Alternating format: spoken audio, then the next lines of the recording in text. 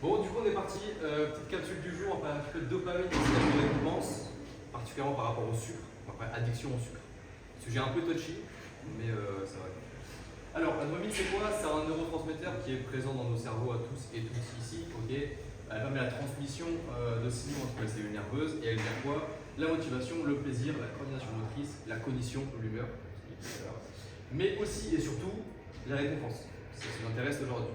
Okay. Alors, ici, vous avez une jolie neurone dopaminergique, d'accord, qui va libérer la dopamine. Ça ressemble à ça. Okay. Ça se trouve où? Ça se trouve au niveau de la substance noire, là, dans le noyau accumbens de vos cerveaux, ici. Et c'est le tracé rouge qu'on voit sur ce schéma-là, okay, pour se situer. Ça va? Bon.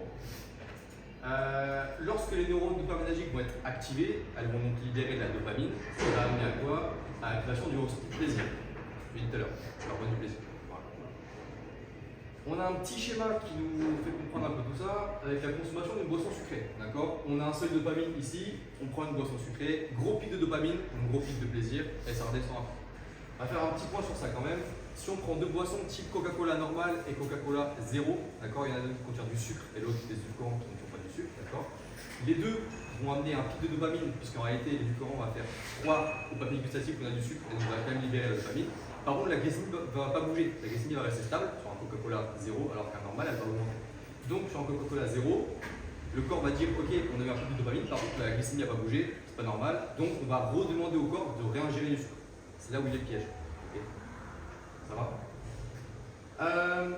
Donc forcément, le schéma qui se passe, on consomme du sucre, du chocolat, bref, des produits sucrés, on libère de la dopamine, sensation de plaisir et de récompense. Ce schéma-là, quand il est fait trop de fois, plein de fois, tous les jours, toutes les semaines, tous les mois, etc., c'est là où il y a du danger. Pourquoi? Au fur et à mesure qu'on va consommer trop de sucre, trop de chocolat, on va venir altérer la sensibilité des récepteurs à la dopamine. Autrement dit, diminution de la sensation de plaisir. Pour avoir le même quota de plaisir en mangeant, on va devoir en manger beaucoup plus. D'accord? Et donc du coup, on rentre dans un petit cercle vicieux, ce qu'on appelle l'addiction au sucre. Il faut savoir que d'un point de vue thérapeutique, ce n'est pas reconnu comme une vraie addiction, au terme de drogue. Par contre, le schéma est le même que pour l'héroïne, la dopamine, etc., où on va avoir un vrai manque au sucre. Okay? Donc nous, on considère que c'est une addiction. D'accord? Quelques points pour essayer de s'en sortir ou d'en s'éloigner un peu. Premièrement, prendre conscience de sa consommation. D'accord? Moi, ce que je recommande, c'est d'avoir un petit carnet pour ceux qui sont vraiment tentés par du sucré. Avoir un petit carnet où on note les moments, les émotions où on est plus apte à consommer du sucre. Okay. Il y a des personnes, par exemple, c'est tout bête, mais en rentrant du travail le soir, pour décompresser, hop, on va à la tablette de chocolat, le sucre, etc. On sait qu'à ce moment-là, on est plus apte à craquer, donc on essaie de travailler dessus. Okay. Et ce petit carnet, c'est un super moyen d'apprendre à se connaître et de savoir quand est-ce qu'on est plus apte à y aller ou pas. Okay. Deuxième point, se fixer des objectifs réalisables. D'accord? On ne cut pas les sucre du jour au lendemain. Okay. Si on prend une moyenne de bonbons tous les jours, du jour au lendemain, on n'arrête pas parce qu'on va se frustrer, on va retomber dedans, de toute façon encore plus grosse qu'avant. D'accord? Donc on diminue petit à petit au lieu de tout arrêter. D'accord? Opter pour des alternatives plus saines, ça forcément c'est des discours de diète qui parlent. Hein. Et quatrièmement, gérer le stress et les émotions, parce qu'on sait tous que c'est lié à ça, généralement quand on est fatigué, anxieux, colérique, du gras, du sucre, pour ce système-là. D'accord? Libérer la dopamine et avoir du plaisir. Ok? Ça va? Ouais. Petit point quand même pour les bigorexiques, donc c'est les addicts au sport, c'est le même mécanisme que ça avec l'endorphine. D'accord?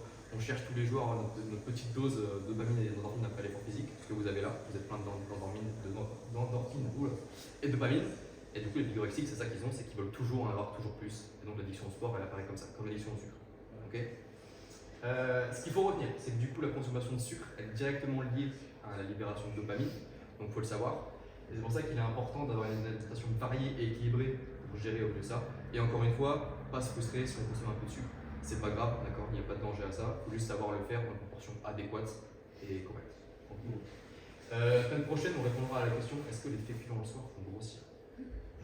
La fameuse. Voilà. Merci. Merci.